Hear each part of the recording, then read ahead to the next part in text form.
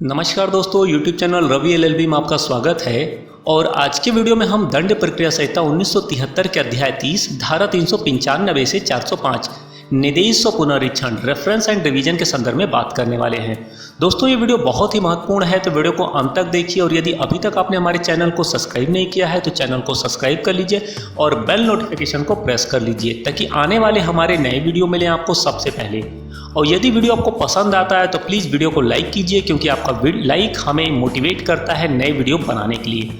और यदि आप वीडियो में किसी प्रकार का सुधार चाहते हैं, आपके कोई सजेशन है या कोई आप टॉपिक पे वीडियो देखना चाहते हैं तो वो आप हमें कमेंट बॉक्स में बता सकते हैं ताकि हम उस टॉपिक पे वीडियो आपको जल्द बना सकें। तो आइए शुरू करते हैं। लॉ से रिलेटेड स्टडी मटेरियल बस अब आपके एक क्लिक पर विजिट करें www.vidikdiary.com। प्रावधान दंड प्रक्रिया संहिता 1973 के अध्याय 30 में निर्देश और पुनरीक्षण रेफरेंस एंड रिवीजन के संबंध में प्रावधान किया गया है। निर्देश का तात्पर्य एक ऐसी प्रक्रिया है जिसके द्वारा अधीनस्थ न्यायालय किसी विधि के प्रश्न पर संबंधित उच्च न्यायालय से परामर्श प्राप्त करती है। पुनरीक्षण को इस संहिता में परिभाषित नहीं किया गया है, किंतु उसे निम्न रूप से परिभाषित किया जा सकता है। पुनरीक्षण न्यायालय की वह प्रक्रिया है जिसके द्वारा न्यायालय दंडादेश की वैधता इत्यादि की परीक्षा करता है। धारा 397 के अंतर्गत उच्च न्यायालय और सेशन न्यायालय को पुनरीक्षण की शक्ति दी गई है।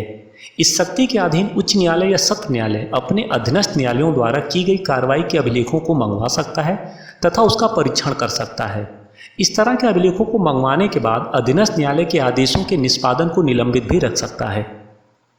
दंड प्रक्रिया संहिता की धारा 395 तथा 396 निर्देश रेफरेंस से संबंधित है। निर्देश एक ऐसी प्रक्रिया है जिसके द्वारा अधीनस्थ न्यायालय किसी विधि के प्रश्न पर संबंधित उच्च न्यायालय से परामर्श प्राप्त करती है।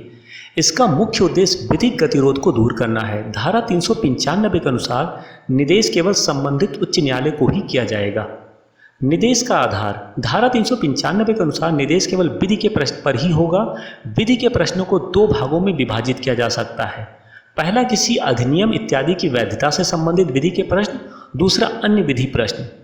पश्चातवर्ती मामले में निर्देश वैकल्पिक है, किंतु पूर्ववर्ती मामले में निर्देश बाध्यात्मक है। किंतु मामले में धारा 395 की उपधारा 1 के अनुसार निर्देश रेफरेंस हेतु निम्न शर्तों का पूरा होना आवश्यक है। पहला, मामला न्यायालय में लंबित होना चाहिए। दूसरा, वह न्यायालय जिसके समक्ष मामला लंबित है का विचार है कि कोई अधिनियम, अध्यादेश, विनियम या उपबंध अवैध अथवा अपरिवर्तनशील है। मामले को निपटाए जाने हेतु ऐसे प्रश्न का विनिश्चय किया जाना आवश्यक है। मामला उच्च न्यायालय या उच्चतम न्यायालय ने ऐसे मामले पर कोई निर्णय नहीं दिया हो। निर्देश का प्रभाव उपयुक्त शर्तों के पूर्ण होने पर अधीनस्थ न्यायालय उच्च न्यायालय को मामला सौंप देगी और निर्देश लंबित रहने के दौरान अपनी कार्रवाई को रोक देगी। और यदि अभियुक्त जेल में है तो न्यायालय उसे जमानत पर छोड़ सकेगी।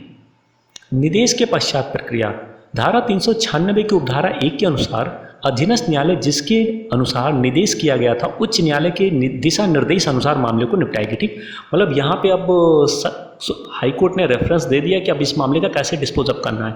तो धारा 396 कहती है कि जिस तरह से हाई कोर्ट तय करेगा उस तरह से मामले का उसका निपटारा किया जाएगा। और 396 की उपधारा 2 कहती है कि जो निर्देश होगा रेफरेंस का खर्चा कौन वहन करेगा, ये उसमें ऑर्डर कर सकती है। दंड प्रक्रिया संहिता की धारा 397 से 405 तक का विस्तार केवल गैर अपीलीय मामलों पर होगा। यदि किसी मामले में अपील अनुज्ञात हो और पक्षकार पुनरीक्षण के लिए आवेदन करता है तो ऐसी स्थिति में धारा 401 की उपधारा 5 के अनुसार यदि पुनरीक्षण न्यायालय को यह प्रतीत होता है कि ऐसा आवेदन इस गलत विश्वास के आधार पर किया गया था कि मामला गैर अपीलीय है और न्याय के हित में पुनरीक्षण का आवेदन अपील की याचिका के रूप में संदर्भित किया जाना चाहिए, तो पुनरीक्षण न्यायालय इस आवेदन को खारिज करने के बजाय इसे अपील याचिका के रूप में स्वीकार कर सकेगा।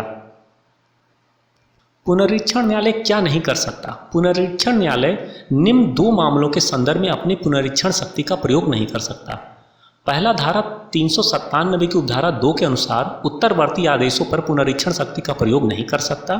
धारा 401 की उपधारा 3 के अनुसार पुनरीक्षण न्यायालय दोषमुक्ति के आदेश को दोषसिद्धि में परिवर्तित नहीं कर सकता। पुनरीक्षण शक्ति किसको दी गई है? धारा 399 से लेकर 401 के अंतर्गत पुनरीक्षण क्षेत्राधिकार निम्न न्यायालयों को प्रदान किया गया है। सत्र न्यायालय, सत्र न्यायाधीश और अपर सत्र न्यायाधीश, उच्च न्यायालय, दोनों न्यायालयों को समवर्ती क्षेत्राधिकार प्राप्त हैं। धारा 397 की उपधारा 1 उल्लेख करती है कि पुनरीक्षण क्षेत्राधिकार किसके ऊपर प्राप्त है। इस धारा के अनुसार पुनरीक्षण क्षेत्राधिकार का प्रयोग निम्नतर दंडिक न्यायालयों पर होगा। निम्नतर दंडिक न्यायालयों का तात्पर्य धारा 397 की उपधारा 1 के स्पष्टीकरण के अनुसार सभी मजिस्ट्रेट, चाहे कार्यपालक हों या न्यायिक मजिस्ट्रेट हों, चाहे वो मूल क्षेत्राधिकार का प्रयोग कर रहे हों या अपीलीय क्षेत्राधिकार का, सत्र न्यायालय के अधीन माने जाएंगे। उच्चतम न्यायालय ने ठाकुर प्रसाद बनाम बाद में अवधारित किया कि सत्र न्यायालय पुनरीक्षण के प्रयोजनों के लिए उच्च न्यायालय के निम्नतर है। पुनरीक्षण न्यायालय का परिसीमाएं। धारा 401 की उपधारा 2 के अनुसार पुनरीक्षण न्यायालय अभियुक्त को सुनवाई का अवसर दिए बिना कोई आदेश पारित नहीं कर सकता। पुनरीक्षण याचिका से संबंधित नियम। धारा 397 की उपधारा 3 के अनुसार यह नियम है कि किसी व्यक्ति के द्वारा एक ही याचिका या तो उच्च न्यायालय या सत्र न्यायालय में पेश की जा सकती है तथा पुनरीक्षण की कोई दूसरी याचिका उसी व्यक्ति द्वारा पेश नहीं की जाएगी, क्योंकि दोनों न्यायालयों को समवर्ती क्षेत्राधिकार प्राप्त हैं। उपरोक्त के अतिरिक्त धारा 399 की उपधारा 3 स्पष्ट रूप से उल्लेख करती है कि यदि पुनरीक्षण की याचिका सत्र न्यायाधीश के समक्ष पेश की गई है तो ऐसी याचिका पर सत्र न्यायाधीश द्वारा दिया गया निर्णय अंतिम होगा तथा ऐसे व्यक्ति की प्रेरणा पर पुनरीक्षण के रूप में और अन्य कार्रवाइयां उच्च न्यायालय किसी अन्य न्यायालय में ग्रहण नहीं की जाएंगी। जहां 2 या 2 से अधिक व्यक्तियों को एक ही विचारण के द्वारा दोष सिद्ध किया गया हो। धारा 402। इस धारा के अनुसार जहां 2 या 2 से अधिक व्यक्तियों को एक ही विचारण किया गया हो तथा उनमें से एक सत्र न्यायालय के समक्ष याचिका प्रस्तुत करता तथा दूसरा व्यक्ति उच्च न्यायालय में याचिका प्रस्तुत करता है, तो उच्च न्यायालय निर्धारित करेगा कि किस न्यायालय में पुनरीक्षण होगा। इस प्रश्न को निर्धारित करते समय उच्च न्यायालय 2 बातों को संज्ञान में लेगा। पहला, पक्षकारों की सुविधा तथा दूसरा, मामले में अंतर्गत प्रश्न का महत्व। पुनरीक्षण न्यायालय की शक्तियां। पुनरीक्षण न्यायालय की शक्तियों को 2 भागों में विभाजित किया जा सकता है। पहला, सामान्य शक्तियां, दूसरा, विशेष शक्तियां। सामान्य शक्तियों में अभिलेख मंगाने की शक्ति। धारा 397 की उपधारा 1 के अनुसार पुनरीक्षण न्यायालय निम्नतर दंडिक न्यायालयों के अभिलेखों को मंगवाने की शक्ति रखता है। दस्तावेजों की परीक्षण करने की शक्ति। धारा 397 की उपधारा 1 के अनुसार पुनरीक्षण न्यायालय न्यायालय की कार्रवाई की वैधता का परीक्षण किए जाने की दृष्टि से ऐसे दस्तावेज का परीक्षण कर सकता है। अतिरिक्त साक्ष्य लेने की शक्ति। धारा 398 के अनुसार पुनरीक्षण न्यायालय स्वयं मामले की जांच कर सकता है तथा यदि आवश्यक हो तो अतिरिक्त साक्ष्य भी ले सकता है। विशेष शक्तियां। धारा 401 की उपधारा 1 के अनुसार पुनरीक्षण न्यायालय को वही शक्तियां प्राप्त होंगी जो अपीलीय न्यायालय को दिया गया है।